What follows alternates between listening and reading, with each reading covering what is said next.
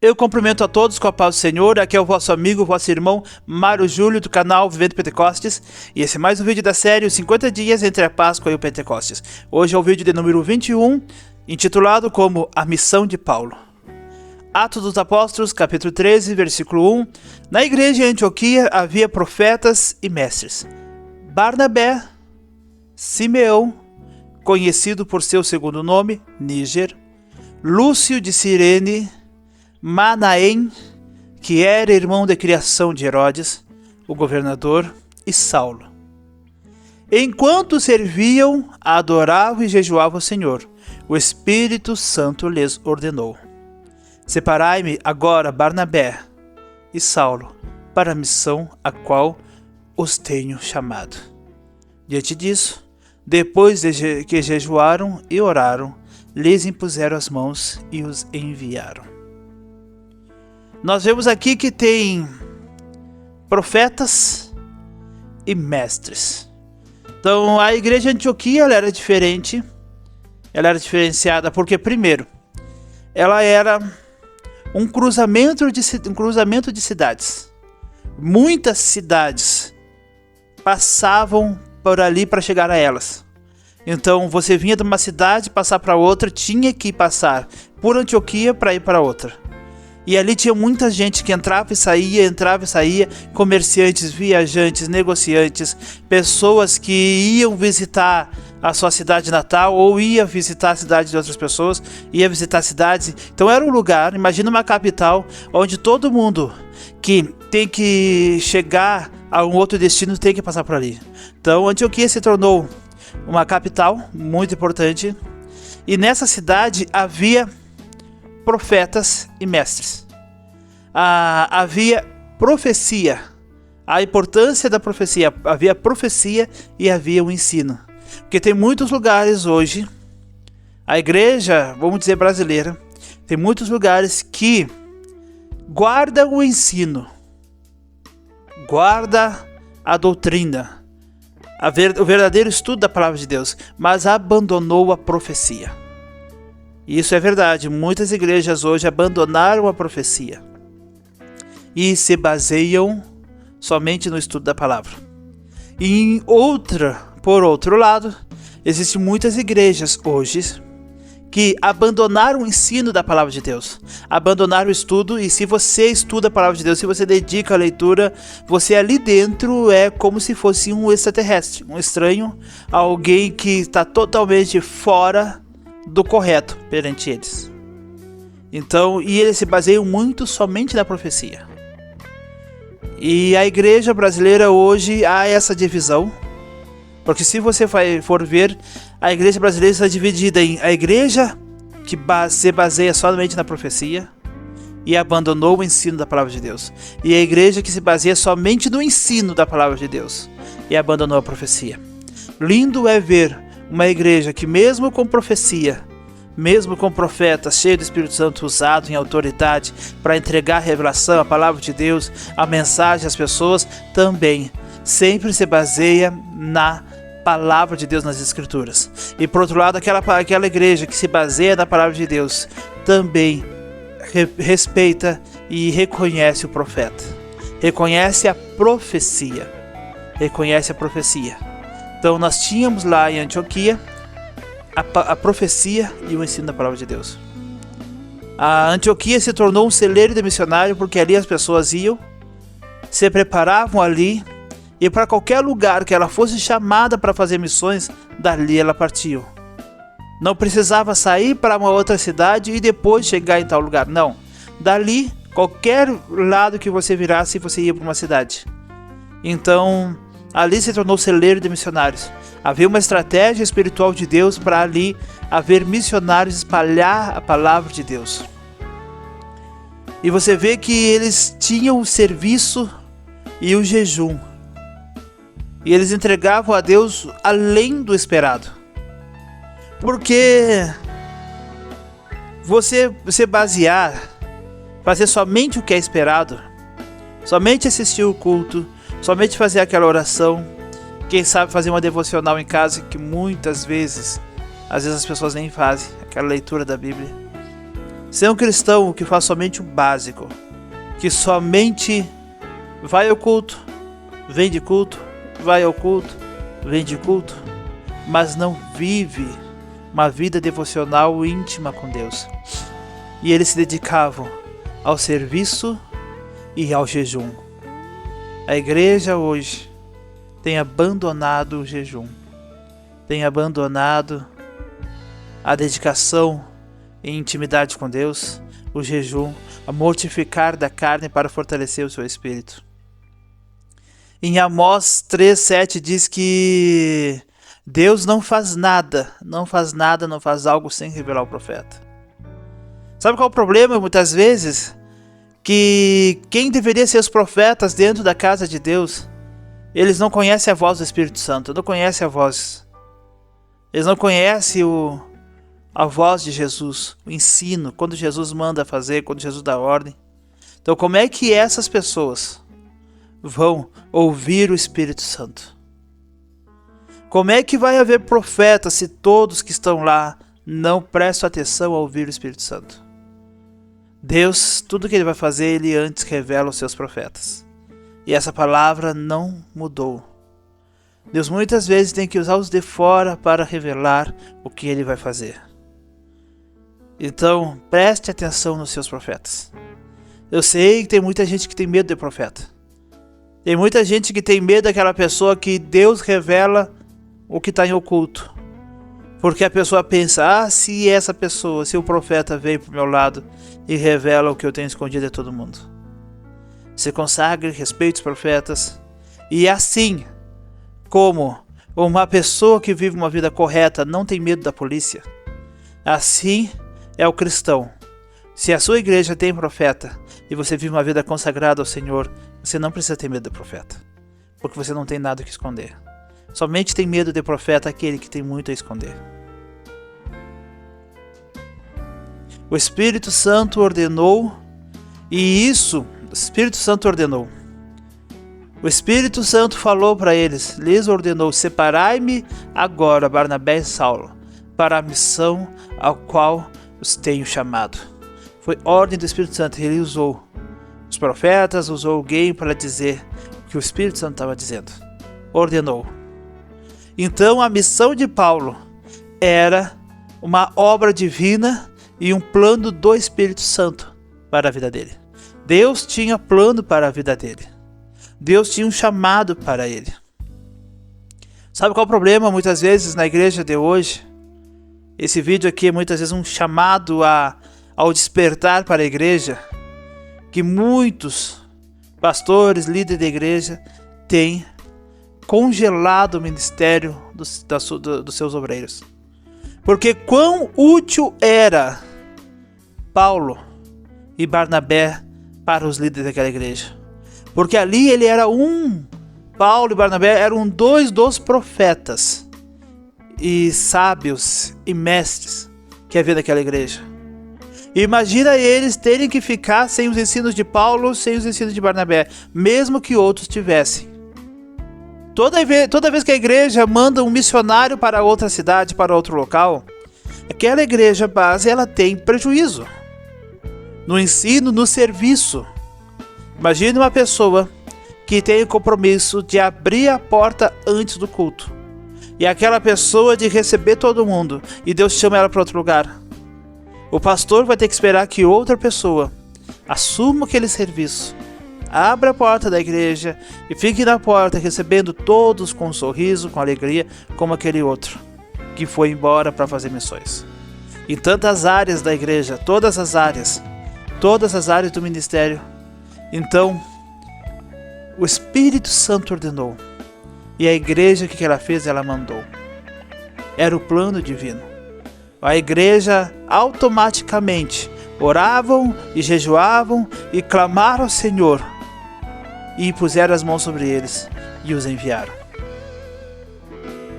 Paulo, ele era erudito, aprendeu aos pés de Gamaliel, era temente ao Senhor e era intensivo em Deus, era intenso em Deus. Até para provar que ele perseguiu a igreja. Ele perseguiu com muita fúria a igreja. Mas no fundo do coração dele era com a intenção de servir a Deus, de adorar a Deus. A intenção dele era adorar a Deus. Até que quando Jesus falou com ele, ele disse: quem é Senhor? Eu sou aquele que te persegue. Se arrependeu, se converteu e nunca mais voltou para as atitudes antigas. Porque ele reconheceu que Jesus Cristo, aquele que ele perseguia, aquele que os apóstolos pregavam, era verdadeiramente o Filho de Deus e era Deus. E sendo Deus, a partir daquele momento Paulo entregou a sua vida até ser decapitado. Ele disse: eu vou. E a igreja chorava e ele dizia: não, se eu for, eu vou, e lá eu teria que morrer. E eles disseram, seguraram ele, abraçaram, choraram. E ele disse: eu vou porque é o meu ministério, é o meu chamado, e eu tenho que cumprir ele.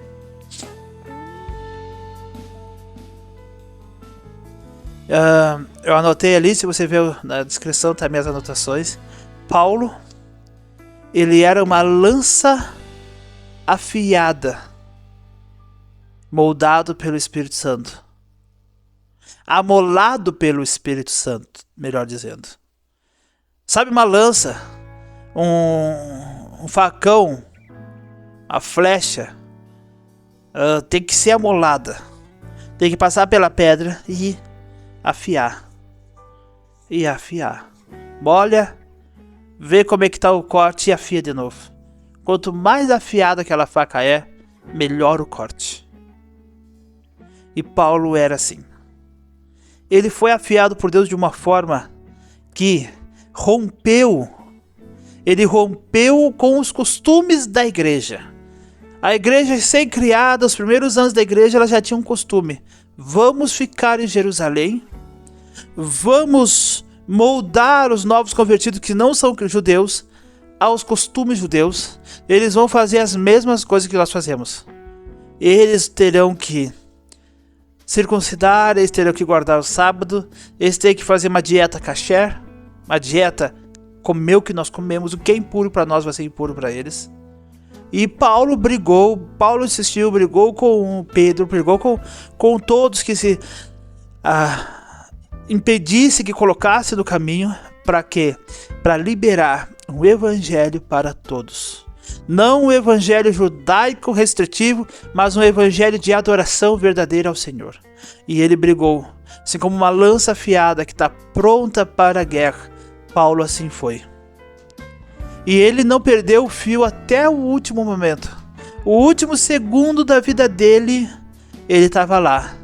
Veja a última carta que ele escreveu para Timóteo. Ali é um dos últimos momentos dele. E ali tem texto que você vai ver o ministério de Paulo.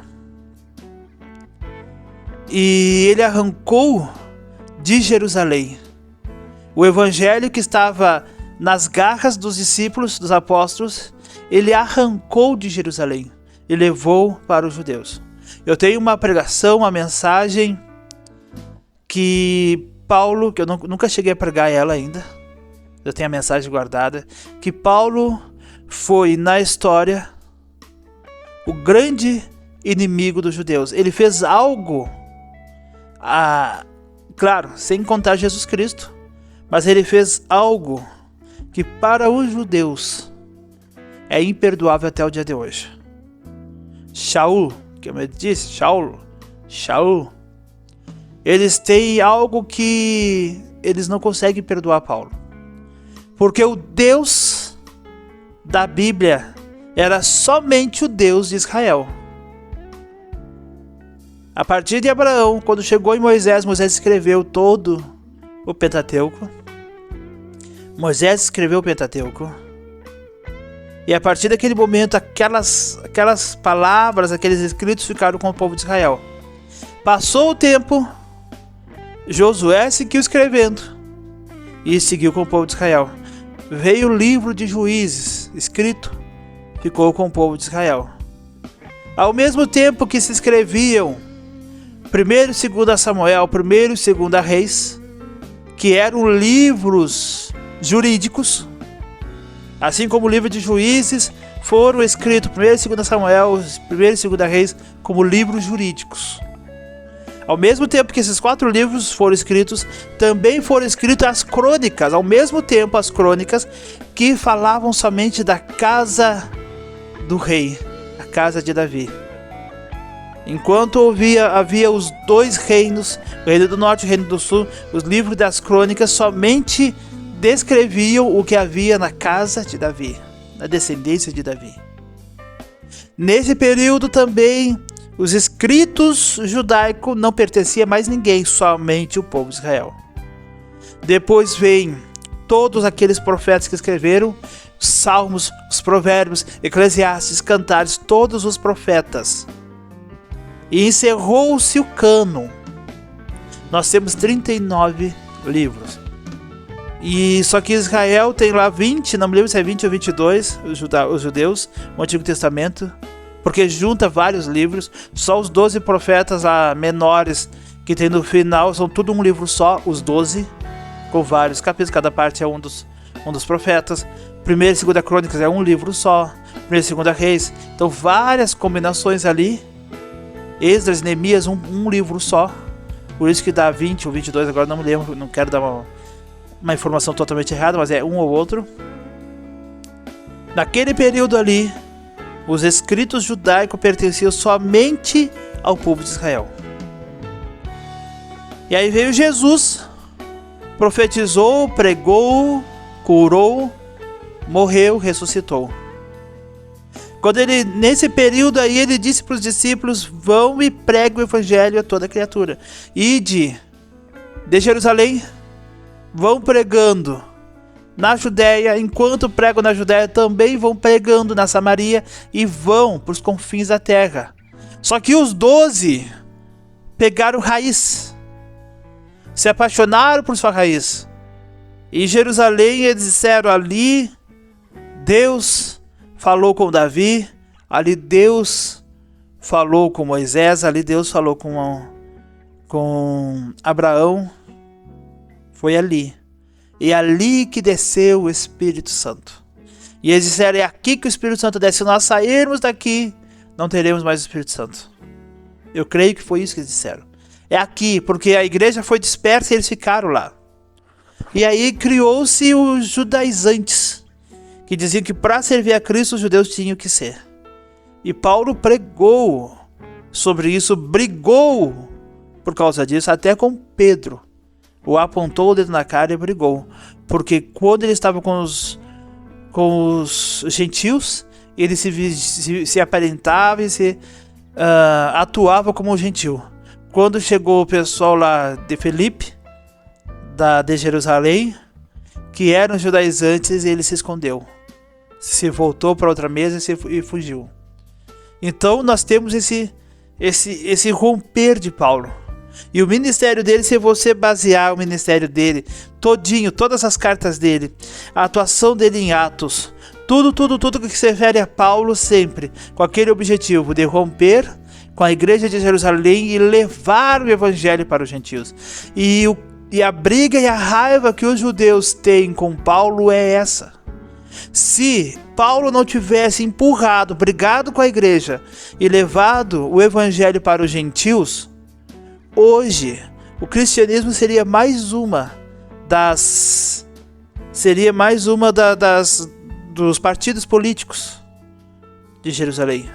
Seria mais um dos tipos de israelitas. Uma das facções israelitas, judaicas. O cristianismo seria somente baseado entre os 12 e ali se manteria entre eles.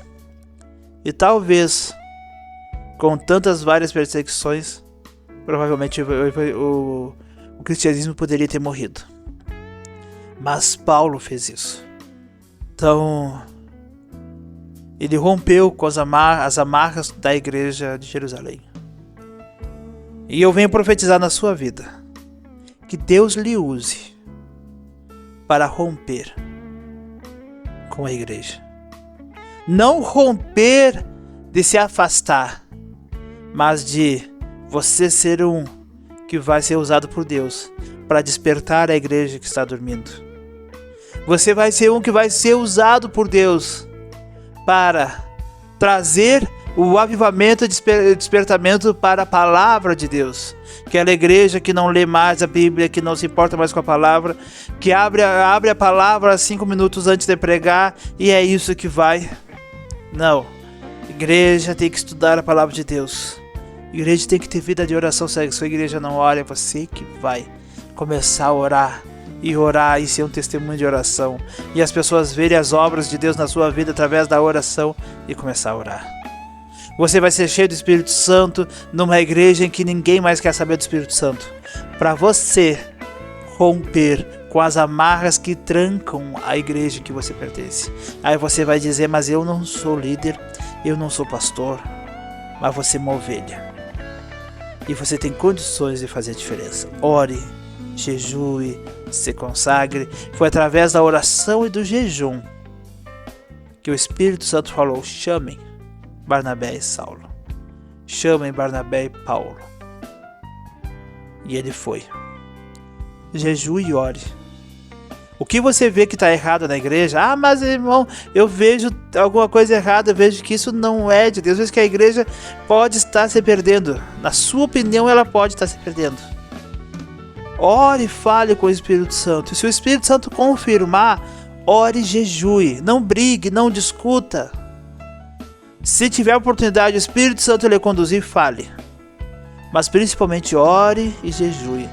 Porque se for da vontade de Deus e a sua oração for sincera, Ele vai fazer com que as coisas mudem e volte para o lugar onde deveriam estar. É isso. Deus abençoe vocês. Até o próximo vídeo. Em nome de Jesus. Amém? Até mais.